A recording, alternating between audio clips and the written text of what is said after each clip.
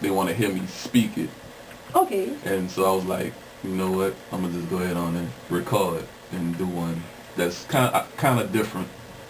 That's not your normal mixtape. Yeah, it's not like rap. that. It's not the normal poetry. It's something different and fresh. So that's true. Cause I will say that there are some people that I know that do poetry, and sometimes you just want that poem, but you don't want to read it. You kind of want to feel it. It's because, like I said, it's always I could read the stuff, and I'm gonna get my own personal thing. But a lot of people don't realize, that hey, it's good to hear the person and they feeling. Because some of the poems like, oh, I don't think I would have read that one like that.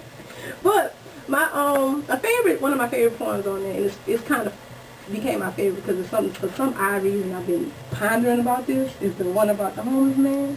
I always wonder what makes people homeless, and it's funny that you wrote a poem about he has one about the homeless man.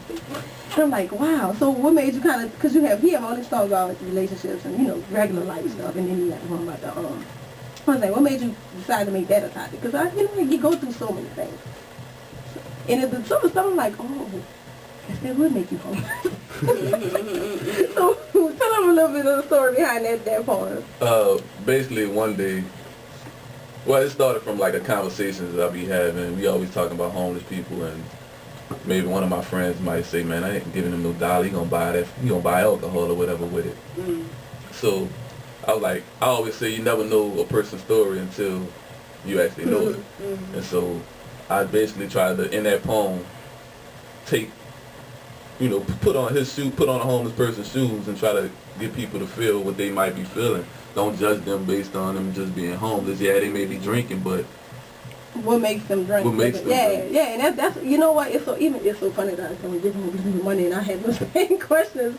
It's kind of like the other day when we saw Jose, I was like, dang, he kind of young. Like, dang, he's homeless, and the guy when he was 23. The guy, the subject of the poem, he's 23. So it's funny because I'm like, not more so, not saying older people, but it's like when an older person's homeless, you kind of already know he a whining or but when a young person homeless, you like, dang, you like my age, like, could I be home? Like, I go that far, like, dang, I mean, I could sometimes, you don't see yourself until you see like your age, and it was cool for him to give you all these different reasons of things that happened to them. I'm not going to tell y'all go listen to the mixtape and find out what all the reasons was why man was on, because we can't be doing all that, because that was it. But do you plan to do more mixtapes in the future, or are you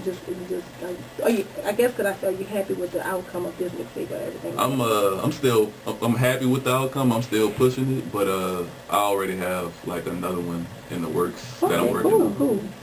Cause I know, like pushing a mixtape is a whole another grind. Yeah, it's a totally from pushing a book. Like, I'm sure you learn. Like, a book it's a tad bit easier. A mixtape is like pulling teeth to get somebody downloaded. But with that said, before the storm, I was heavy into the poetry scene in New Orleans, and I could kind of say after my feelings on it is kind of not lackluster, but almost non-existent now. What are your feelings as far as the poetry scene in New Orleans, and what are your things that you think should happen to fix it? I guess you could. I'm not gonna say that it's a problem, but for the most part, I think a lot of people in New Orleans don't respect poetry like they should. We have a lot of spots, and there's a lot of poets out there that's actually still doing their thing. I know there's this spot, Red Star. There's Brown Sugar Thursdays, and I think this other spot, I can't remember the name of it. But there's a few spots, but there's not enough where people can actually get that whole poetry feel and, be like, New Orleans has some great poets out there, and I think the city needs. Yeah, that's what I think. I think before the storm, it was kind of, it was starting to get that little, they had that truth. And it, it's funny, I think because of the fact that didn't open back up, a lot of, I talked to some poets too, a lot of them moved away, and, it was kind of crazy. I kind of wish it would come back. I think that, it's so funny that I often go to POE with their poetry thing. But that's like in Hammond. And I don't think a lot of people realize, it's not that far to drive. But what they're doing is a lot like what that was. It wasn't so set. You know what I'm saying? I get to visit. I want to go. Well, right after the storm, they had Dreams, because that's when I used to go to that a lot. Yeah, and they had and they reopened True Brew, but it was called Creole Skillet. But it's kind of like it wasn't so. It wasn't so. But I will say Dreams.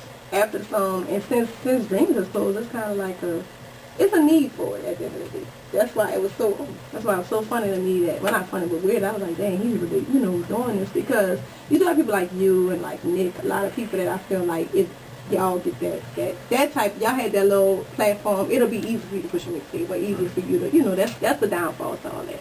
So, if y'all, anybody got some money, support you, some more poetry nights.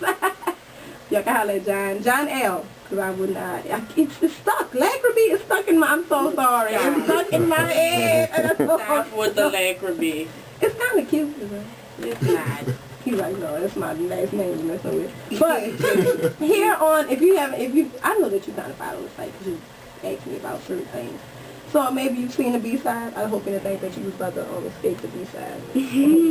Not escape the B-side. How the B-side works is when we do interviews, we gave you our regular interviews. Got all the information out. Now we're on to the part where you have to give everybody out there, and see, you're getting off because you have a radio interview. This is the other one. You have way more facts to give. Right. You only have to give 5 random facts. They have to be, I don't know if they're random, and it has to be something that you know that even see him that's filming you, it has to be something that even he don't know. We can't even looking like, oh, wow. So, and go, nah, he looking. It don't have to be embarrassing. I know people always say embarrassing. Random facts. I always wanted to be a comedian. Wow, really? Spit a joke. That's why I told him spit a joke like in the freestyle. Right. Spit a joke. Spit a joke.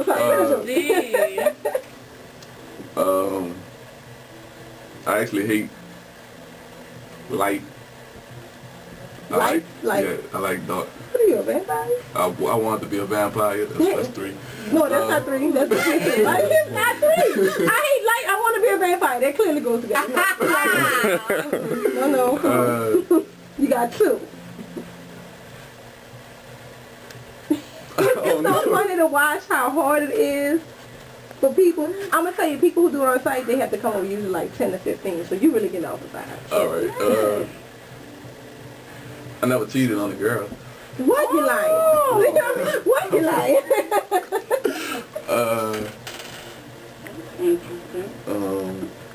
Never cheat. Hold on. Have you been cheated on? I never been cheated on too. How you know? That boy must be good. Wow.